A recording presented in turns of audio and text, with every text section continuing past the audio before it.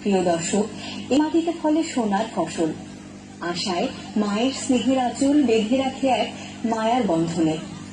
এই মাটি আজ ডাকে আমাদের নতুন আলোর পথে।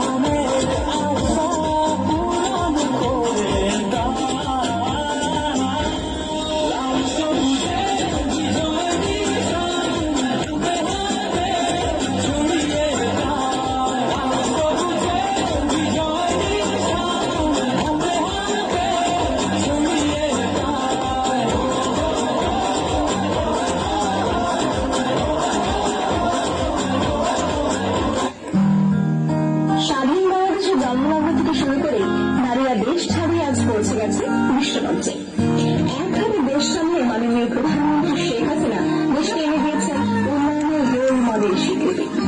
রাজনীতি সামলাচ্ছেন আমাদের উত্তরবঙ্গের গর্ব মাননীয় স্পিকার শিরিন শারমিন চৌধুরী।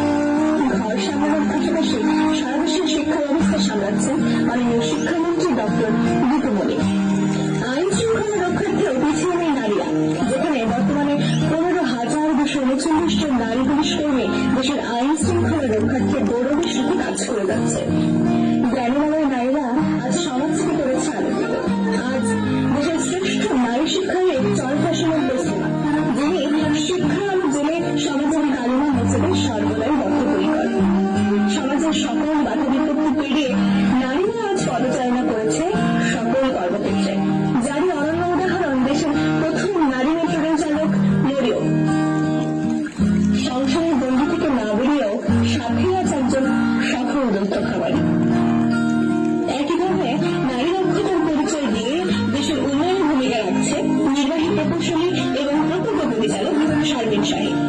নারী ক্ষমতায়নের যুগে সারা দেশের লক্ষ্য মেধাবীদের ছাড়িয়ে 21 শিক্ষাবর্ষে মেডিকেল ভর্তি পরীক্ষায় প্রথম